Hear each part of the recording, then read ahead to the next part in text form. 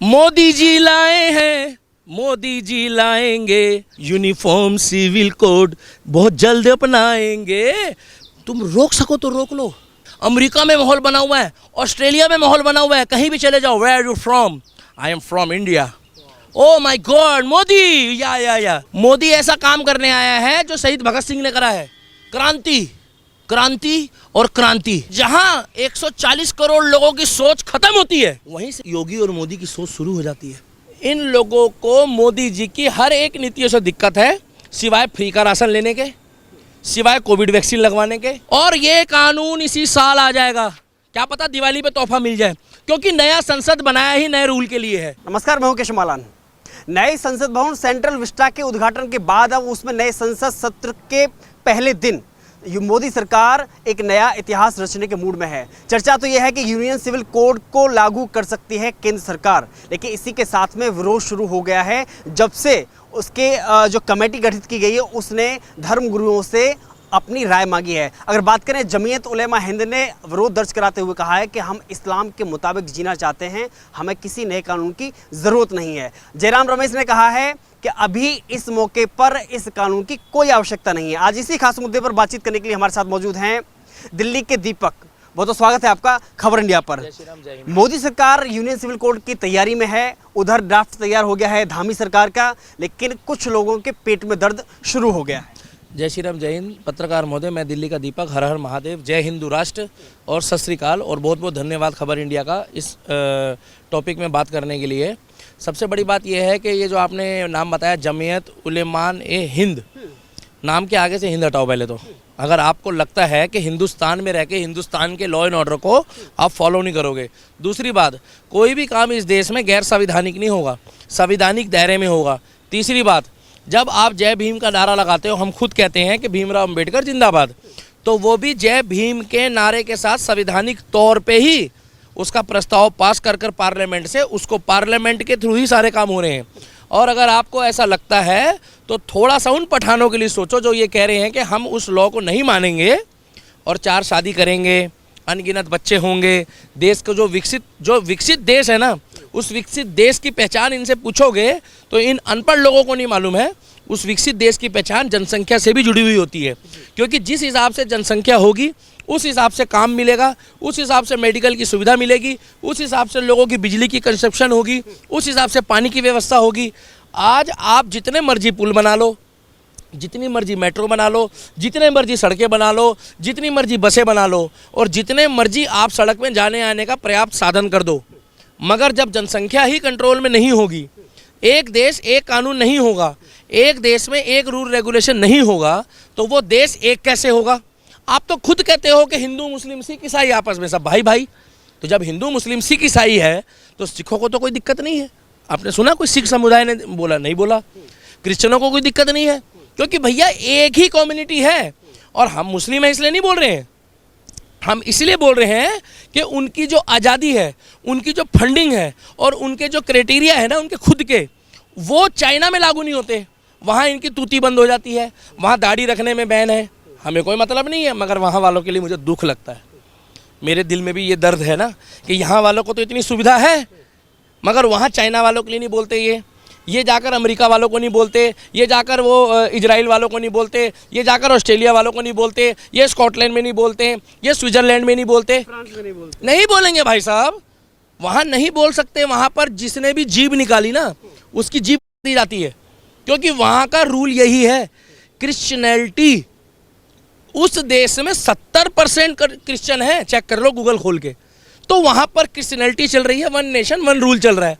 भारत में 90% 85% हिंदू हैं सनातनी, चाहे वो सेकुलर है बहुत से, मगर 80% 85% सनातनी है। वो जो नाम के आगे श्याम, राम, सूरज, सौरभ लिख रहा है ना, वो सनातनी है। चाहे वो जय भीम वाला हमारा भाई हो और चाहे वो किसी भी जात मजहब का हो। बाकी तो देखो मुस्लिम है, सिख है, क्रिश्चियन है, बौद्ध है। तो भाई साहब इस देश में अगर एक 1 नेशन 1 रूल आएगा तो इनको उससे दिक्कत क्या है? दिक्कत मैं बताऊं क्या है कि इनके ऊपर पाबंदियां लग जाएगी। ये वो व्यक्ति हैं कि मोदी को गाली बकने के बाद मोदी जी की सारी सुविधाएं सबसे पहले लेते हैं। अब आप पूछो कैसे? आप पूछो ना कैसे? हाँ, हज यात्रा अभी हुई है, हज यात्रा में इनको सऊदी में दिक्कत आ रही है, सऊदी अरेबिया में दिक्कत आ रही है हज हाउस में वहाँ के, तो ये मोदी जी पे ठीकरा फोड़ रहे हैं। इनको तो दुबई में बैठे बैठे भी मोदी में बुराई दिख रही है। अरे भाई साहब, अगर वहाँ की कोई कार्यशैली ने व्यवस्था ठीक नहीं करी तो मोदी जी का क्या मतलब है? वो वहाँ का मैनेजमेंट संभालेगा ना, भारत सरकार तो नहीं वहाँ पर काम कर रही है। भारत सरकार का काम है आपको भेजना और लाना। इन लोगों को मोदी जी की हर एक नीतियों से दिक्कत है, सिवाय फ्री का राशन लेने के, सिवाय कोविड वैक्सीन लगवाने के, सिवाय इनको मतलब मैं कह रहा हूँ कोई भी सब्सिडी वाली योजना दे दो इनको, ये ले लेंगे। मगर जब बात आएगी ना कि भैया 4 बच्चे मत करो, 5 बच्चे मत करो, 3 शादी मत करो, तो केवल जन्म वो क्या नाम बता आप? हाँ, वो राम जाने, इतना नाम याद नहीं होता हमारे को, बागेश्वर धाम का नाम याद रहता है, जय बागेश्वर धाम। वो बढ़िया काम कर रहे हैं। तो जब वो बनता है वो चौड़ा हो जाता है, और वो देवबंद का बुलाना है वो फतवा जारी करने शुरू कर देता है।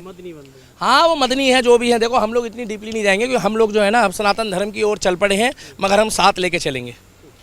अगर ये कानून इस देश में लागू नहीं होगा तो कहाँ लागू होगा मेरे भाई? यहीं लागू होगा। अरे भाई साहब, 70 साल से इस देश में ऐसी ऐसी फाइलें पड़ी हुई है जो लागू हो जानी चाहिए थी, मगर अभी तक नहीं हुई। इन लोगों के अंदर केवल और केवल सेकुलर का कीड़ा है, वो हिंदुओं के लिए है। मगर अपनी बारी में जब ये आते हैं, ये कैमरे के आगे चैलेंज करके बोलते हैं कि हम राम का नाम भी नहीं लेंगे, मगर आपको कहते हैं आपने हमें ईद की बधाई क्यों नहीं दी? तो आप हमसे कैसे उम्मीद कर सकते हो कि जब आप मेरे राम का नाम नहीं लोगे दिवाली पे, तो मैं ईद के टाइम पे आपको मैं भी ये कहूँगा फिर ईद की राम राम? मैं भी ईद की राम राम कहूँगा। अभी बकरा ईद आ रही है, बकरा तो छोड़ो, हम तो चूहे ना मारने की बात करते हैं। आप कहते हो देश में गरीबी है, देश में महंगाई है, देश में बेरोजगारी है, उसी के लिए मोदी जी ये रूल ला रहे हैं कि सब कुछ सामान्य हो जाए। आबादी तो घटनी चाहिए। 160-70 करोड़ हो चुके हैं। लास्ट मतगणना हुई थी 2012 में, 13 में। आज इस बात को 10 साल हो गए हैं। तब 130-40 थे, बड़े ही होंगे ना, घटे तो नहीं होंगे। तो जब सेम कानून आएगा तो सबको सेम सुविधा मिलेगी। मगर इनको दिक्कत ये है, इनको दिक्कत ये है कि देश का प्रधानमंत्री हिंदुत्व के बारे में भी सोच रहा है, सनातन धर्म के बारे में भी सोच रहा है, और वो ये चाहता है कि जो हिंदुओं की आबादी है कुछ सुविधा हिंदुओं को भी मिल जाए। क्योंकि भाई साहब, हिंदुओं की एक गलती है, हिंदू अपने ऊपर हम दो हमारे दो, तलाक लेने से पहले कोर्ट जाता है। मगर ये पहले देखिए, बहुत से राज्यों में तो ये कानून लागू हो गया है, ये बिना कोर्ट जाए बोलते हैं तलाक तलाक तलाक, और इनकी लेडीज मान भी जाती है। जब उसके साथ कोई फजीदा होता है, या जब उसको राशन के पैसे नहीं मिलते हैं, जब उसको बच्चे पालने के लिए सुविधा नहीं मिलती, तब योगी मोदी के पास जाते हैं वो लोग। तो एक देश एक कानून, चाहे वो रूल रेगुलेशन के हिसाब से जो लागू कर रहे हैं मोदी जी, वो लीगली तौर पर कर रहे हैं। और अगर तानाशाही होती ना भाई साहब, बुरा मत मानना, तो इतना पावरफुल मैन है जो 370 हटा सकता है मोदी जी। योगी जी रातों रात अतीक अहमद को हिला सकते हैं। मैं खुल के नहीं बोलूँगा भाई साहब, आप लोग बुरा मान जाओगे। जो व्यक्ति रातों रात विकास दुबे के साथ कर सकता है कुछ भी, जिसने कानून व्यवस्था कर दी है, उसको किसी से पूछने की जरूरत नहीं है। देखो, मैं आपको सच्चाई बताऊँ, आप सुनना पसंद करोगे। ये सिर्फ ना भाई साहब, बुरा मत माना, कागजी कार्रवाई है, पूछा जाना। देखो, इतना तो जायज़ है ना पूछना मोदी जी का। बाकी करना उन्होंने वही है जो उनके मन में चल रहा हो। भैया, ये सबसे शुरू में डालना, करना उन्होंने वही है। जैसे कुछ लोग कह देते हैं ना कि मैं तो ये ऐप करूँगा ही करूँगा, तो जैसे हम लोगों ने, कईयों ने सोचा हुआ है, ये लोग कह रहे कयामत तक नहीं बनेगा। अरे तुम कयामत तक छोड़ो, हम तुम्हें 5-7 साल में ही बनवा के दिखा देंगे हिंदू राष्ट्र भी। ये सब उसी की तैयारी चल रही है। आपने गौर नहीं करा है, ये लाइन बड़ी गौर से सुनना भाई साहब, कि यार उसमें सीटें बढ़ा दी गई है, सीटें बढ़ाई जा रही है, और उसमें जो है नंदी जी को बैठाया गया है। आप गौर करो, और किसी ने हिम्मत नहीं है कि कोई कुछ उनका बिगाड़ पाए। नंदी जी विराजमान हो गए हैं वहाँ पे, उसको क्या कहते हैं, सिंगोल। इनका तो भाई साहब पिछवाड़ा लाल हुआ पड़ा है जब से। हमारे देश के संसद के अंदर सनातन की पहचान सबसे पहले शुरुआत हो गई है कि एंट्री गेट पे ही सिंगोल लग गया है, शेर का मुंह खुल गया है। अखंड भारत बने या ना बने वो बात की बात है, मगर भगवा वहाँ पर दिख रहा है। और पहले के संसद में केवल अंग्रेजों की, हमारे स्वतंत्रता सेनानियों की आवाज़ें गूंजती थी, और अब वहाँ आवाज़ें गूंजती है हर हर महादेव, जय श्री राम। तो हिंदुस्तान में नहीं गूंजेगी तो कहाँ गूंजेगी? और सेकुलर आप रहो, हम सेकुलर नहीं है। मैं एक बात बता दूं, मेरे में इंसानियत है। अगर हम किसी का भला सोचते हैं तो हम उस इंसान की जात नहीं पूछेंगे, मगर ना छेड़ो हमें, हम सताए हुए हैं। योगी और मोदी जी जो काम कर रहे हैं बहुत बढ़िया कर रहे हैं, और देश में एक नेशन एक रूल अगर आएगा तो सबसे पहले मैं स्वागत भी करूंगा, लड्डू भी बांटूंगा, गरीबों को कपड़ा भी बांटूंगा, बुरखा और हिजाब नहीं बांटूंगा। कपड़े बोले भाई साहब, कपड़े, तन ढकने के लिए कपड़ा चाहिए होता है। आप एक बात बताइए, एक पाकिस्तान की वर्ल्ड लेवल की कंपटीशन चल रहा है, इस देश में कहते हैं कि हम अपने शरीयत से चलेंगे। ठीक है भाई साहब, आप चलो, हमें कोई दिक्कत नहीं, हम कोई बात नहीं कर रहे मुस्लिम हिंदू वाली। कह रही हो तो हम इस्लाम के कानून से चलेंगे हम तो भाई साहब इस्लाम के कानून से चलोगे ना, बुरा मत मानना। फिर सुनो सुनो, आप इस्लाम के कानून से चलोगे ना, तो सुनो, आप इंडिया में हो, हिंदुस्तान में हो, ठीक है, आप यहाँ दाढ़ी रखते हो, आप टोपी पहनते हो, हमें खुशी है, हमें कोई दिक्कत नहीं, हम तिलक लगाते हैं, हम भगवा गमछा पहन के चलते हैं। हालांकि मेरा योगी नीचे से ऊपर तक पूरा ही भगवा है, उसका तो कोई कुछ बिगाड़ भी नहीं सकता, वो अलग टाइप का है, खतरनाक आदमी है वो। चाइना वालों के बारे में भी तो सोचो यार, कितना दुख लगता है, हमको भी तो दुख लगता है। तुम्हारी किलसरी होगी, समझ जाओ मैं क्यों बोल रहा हूँ। अफगानिस्तान में भी तो देखो कितना बुरा हाल हो रहा है। अफगानिस्तान में तालिबानियों ने उनके साथ क्या करा है, बहन बेटियाँ उठाई जा रही है, वहाँ तो कोई हिंदू नहीं है, वहाँ तो आरएसएस नहीं है, वहाँ तो योगी मोदी नहीं है। अमेरिका में जाके देखो ना क्या हाल हो रहा है, बोलो ना एक बार, आप एक बार इनके खिलाफ बोल के देखो, ऑस्ट्रेलिया के खिलाफ। ऑस्ट्रेलिया की तो वो क्या नाम है, हेली क्लिंटन है, और वहाँ की प्रधानमंत्री होए कतई शहर है यार, मुझे तो योगी की बहन लग रही है वो। उनने तो क्लियर कह दिया खुले में, अगर तुमने नमाज पढ़ ली तो तुम्हारी सुताई हो जाएगी, घर के अंदर पढ़ो। चाइना में तो आपकी बारी बता रहे, होलसेल में पैकेट पैक कर करके भेजे उन्होंने, मतलब मैं खुल के नहीं बोल पाऊंगा, आपको एडिटिंग करनी पड़ेगी। इतनी मौतें हुई है पूरे विश्व में, आज हम लोग स्वस्थ घूम रहे हैं भारत में। और ये ओवैसी कहता था, और ये जमीयत उलमाए हिंद, ठीक है, नाम भी हमारा हिंद इसलिए लेके चल रहा है कि उसका बेनिफिट मिल जाए, नहीं मिलेगा बेनिफिट, मोदी को सब पता है कौन क्या कर रहा है। आप मुझे एक बात बताओ, सारे खुश होकर घूम रहे हैं, चाइना में अब भी कोविड है, मगर सबसे ज़्यादा पैकेट जो है ना, इन्होंने इन्हीं के धर्म के लोगों के बनाए हैं। अब पैकेट का मतलब समझ जाओ, 3 लेयर में। क्यों बनाए मालूम है? क्योंकि उन्होंने बोला सफाई करो, हम तो नहीं कह रहे भाई साहब। पाकिस्तान का दर्द आज ये है कि वहाँ पर हिंदुओं की आबादी आज गिर के वहाँ पर 1% के आसपास पहुँच गई है, और उसके बाद भी बहन बेटियाँ वहाँ सुरक्षित नहीं है। परसों ही एक वीडियो वायरल हुई है, और ये कहते हैं कि हिजाब पहनने वाला व्यक्ति ही अगर सुरक्षित है, तो उर्फी जावेद बेचारी कैसे घूम रही है इतनी टीआरपी लेके? सैफ अली खान की बहन कैसे घूम रही है? सैफ अली खान की बेटी कैसे घूम रही है? आप बताओ। तो 1 नेशन 1 कानून 1 लॉ एंड ऑर्डर आएगा। और जिस तरीके से मोदी निडर होकर खड़ा हुआ है, चट्टान की तरह, हिमालय की चोटी की तरह, उसी तरीके से योगी खड़ा है, उसी तरीके से मोदी खड़ा है, और उसी तरीके से उनके साथ 100 करोड़ जनता खड़ी है। कुछ 20-30% सेकुलर हैं, समय आने पे वो सब सीधे हो जाएंगे। बाकी मोदी जी की और योगी जी की रणनीति बहुत अच्छी है कि ये जो लोगों से पूछ रहे हैं ना, ये पूछना जरूरी है, नहीं तो लोग कहेंगे तानाशाही हो गई। भैया तानाशाही नहीं हो गई, वो जो करने आया वो करेगा। जैसे आप मेरे से रिपोर्टिंग लेने आए हो, खबर लेने आए, खबर लेने का आप खबर लिए बिना नहीं जाओगे, आप भी अड़ियल आदमी हो, राष्ट्रवादी हो, तो वो जो काम करने आया वो काम करके जाएगा। मोदी अपनी मूर्ति लगवाने नहीं आया इस देश में, मोदी को मूर्ति लगवाने का शौक नहीं है। आप इंदिरा गांधी की लगाओ, महात्मा गांधी की फोटो लगाओ आप नोटों पे। मोदी ऐसा काम करने आया है जो शहीद भगत सिंह ने करा है, क्रांति, क्रांति और क्रांति। मोदी एक ऐसा काम करने आया है जो काम कभी किसी ने सोचा ही नहीं है। और जहां 140 करोड़ लोगों की सोच खत्म होती है, जहां 140 करोड़ लोगों की सोच खत्म होती है, वहीं से योगी और मोदी की सोच शुरू हो जाती है। वो ऐसा व्यक्ति है मेरे भाई, उसकी तुलना ये कहाँ कर सकते हैं? अगर ये उसका प्लान करेंगे ना, एक पिक्चर आई थी कोई मिल गया, उसके बाद आई थी क्रिश। क्रिश में वो कहता है मुझे इसका दिमाग चाहिए, इसके दिमाग में ऐसा क्या है? ये मोदी वही है जिसके दिमाग में एक ऐसा केमिकल है जिसके अंदर एक ही बात निकलती है, जय श्री राम, जय श्री राम, जय श्री राम, सनातन सनातन सनातन। और फिर भी वो कहता है सबका साथ और सबका विकास। अरे मेरे भाई, अगर वो अपनी आई पे आ जाए ना, अगर अपनी आई पे आ जाए तो वो रातों रात बहुत कुछ कर सकता है चाहे तो। अरे भाई साहब, पीछे से आ रहा है अमेरिका का राष्ट्रपति, और पीछे से आके अमेरिका का राष्ट्रपति कह रहा है मोदी जी राम राम। अब बताओ क्या बोला? नहीं तो जब आपको नहीं बोला तो मुझे पता है वो राम राम बोल के जाएगा, क्योंकि उसको बोला मोदी को सबसे ज़्यादा प्रिय 2 चीज़ें इस देश में, एक हमारे देश की जनता और विकास, और दूसरा राम। जब भी तो वो कहते हैं भारत माता की जय और जय श्री राम, और योगी को भी वही पसंद है। तो भैया मोदी जी और योगी जी अगर ये लॉ ला रहे हैं, और अभी तो कई लॉ आएंगे, अभी तो कई कानून ऐसे आएंगे कि ये अपने कपड़े भी फाड़ेंगे, ये षड्यंत्र भी रचेंगे।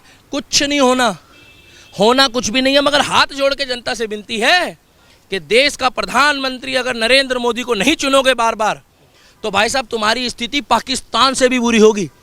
आज अमेरिका में पाकिस्तान के बंदे की कुत्ते वाली हालत है, और नरेंद्र मोदी वहां चौड़े होके घूम रहा है, शेर की तरह नहीं भाई साहब, उसको खुद मालूम है, उसको खुद मालूम है, उसने ऐसे काम कर दिए हैं कि जंगल में एक ही व्यक्ति है जो चौड़े होके चल रहा है, चीते खुद भी ला रहा है, खुद भी चीता है, खुद भी शेर है। और भाई साहब चीता इसलिए बोल रहा हूँ, आप बुरा मत मानना, पेड़ पे भी चढ़ जाते हैं, कहीं भी चले जाते हैं, किसी का भी शिकार कर लेते हैं। और जो योगी की रफ्तार है ना चीते वाली, वो बहुत तेज है, बहुत तेज है।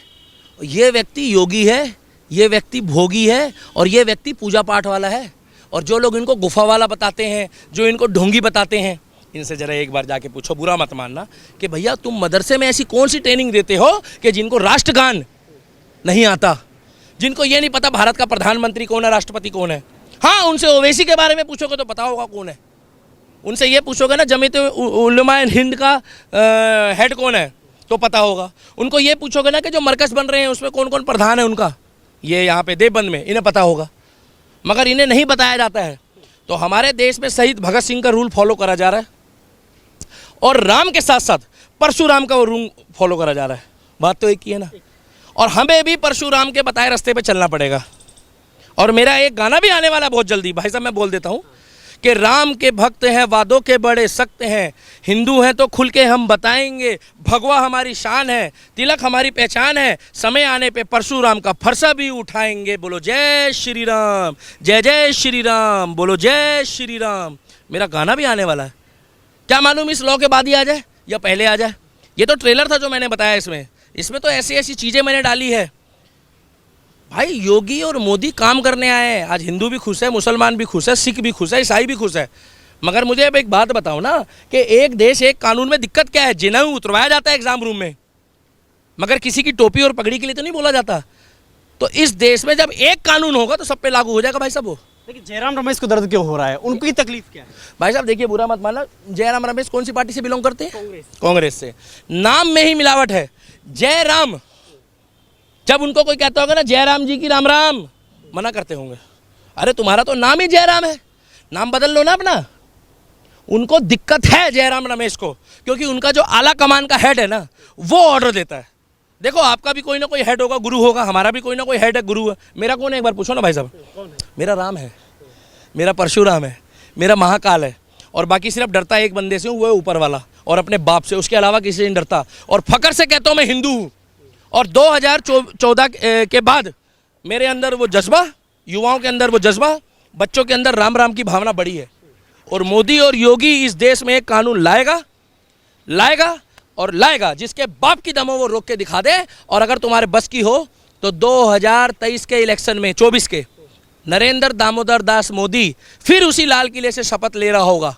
और क्या मालूम वो अब की बारी जो है प्रभु श्री राम की शपथ लेता हुआ बोल दे। और 26 या 27 में या 28 में योगी आदित्यनाथ शपथ ले रहा होगा इलेक्शन से पहले। और ये कानून इसी साल आ जाएगा, क्या पता दिवाली पे तोहफा मिल जाए, क्योंकि नया संसद बनाया ही नए रूल के लिए है। और नए हिंदू राष्ट्र की स्थापना भी नए संसद से होगी, क्योंकि उन पुरानी इमारतों में जहां हिंदू, मुस्लिम, सिख, ईसाइयों का लहू लगा हुआ है, उस संसद से नए हिंदू राष्ट्र की स्थापना नहीं होती। अलग ही लहर चल रही है देश में। मोदी जी लाए हैं, मोदी जी लाएंगे uniform civil code, uniform civil code बहुत जल्द अपनाएंगे। तुम रोक सको तो रोक लो। उत्तर प्रदेश में माहौल बना हुआ है, भारत में माहौल बना हुआ है, अमेरिका में माहौल बना हुआ है, ऑस्ट्रेलिया में माहौल बना हुआ है। कहीं भी चले जाओ, where are you from? I am from India. Oh my god, Modi, या भाई लोग कह रहे हैं, जापान कह रहा है, चाइना कह रहा है, सिर्फ कुछ मुस्लिम कंट्रियों को छोड़ दो। एक्चुअल में जो सच्चे मुसलमान हैं, जिनको मैं दिल से प्यार करता हूँ, देखो मुस्लिम भी दुश्मन नहीं है, सारे अच्छे हैं। एक्चुअल में जो सच्चे मुसलमान हैं वो सऊदी के। पता है क्यों? उन्होंने वहाँ 2 मंदिर बनाए सऊदी के शेख ने। भाई साहब पूरी लाइन डालना 15 मिनट की हो, 20 मिनट की हो, दुनिया देखती है। 2 मंदिर बनाए हैं, हमारी इज्जत करते हैं। मगर ये जो नए नए बने हैं ना, नया नया मौलवी अल्लाह अल्लाह करता है, ये पाकिस्तान, ये बांग्लादेश हैं, ये छोटे छोटे से जो हैं, जिनके पास पानी नहीं है। भाई साहब महंगाई रोते हैं। अमेरिका में जाके पता करो, अमेरिका बर्बाद हुआ पड़ा है महंगाई पे। वहाँ पर 3 गुना महंगाई बढ़ी है कोविड के बाद। और हमारे देश में आज भी आलू और सब्जी भाटा तरोई 10 रुपये किलो 20 रुपये किलो मिल रहा है। हालांकि हमने मोदी को इनके लिए नहीं बनाया। और अमेरिका पूरी दुनिया जानती है कि पेट्रोल का सबसे बड़ा कारोबारी है, तब भी वहाँ पेट्रोल महंगा है, भारत में सस्ता है। पता कर लो, क्योंकि ये रशिया से ले रहा है। ये है मोदी का फैक्टर। यूक्रेन और रशिया में युद्ध चल रहा है और मोदी यहाँ आराम से बैठकर चाय पी रहा है और वहाँ जाकर जो है मीटिंग कर रहा है बढ़िया। तो भैया यूनिफॉर्म सिविल कोड आएगा, जमेत उल राम जाने क्या है ये भी डाल देना, राम जाने कौन कौन है, जितने भी ये संगठन है ना, मैं नहीं जानता। मैं तो एक जानता हूँ, पूछो कौन सा? बागेश्वर धाम। बागेश्वर धाम। उसके अलावा बोलो आप कौन सा संगठन था वो? मैं नहीं जानता। मैं एक ही जानता हूँ, बागेश्वर धाम जिंदाबाद था, जिंदाबाद है और जिंदाबाद आएगा। और सुनो, केरला स्टोरी ने 350 करोड़ का बिजनेस कर लिया है, गदर 2 आने वाली है। और सुनो, हेलो, आदि पुरुष की लंका लगी पड़ी है, टेंशन मत लो। जय श्री राम, जय हिंद। और सुनो, योगी है तो मुमकिन है और मोदी है तो महामुमकिन है। जय श्री राम।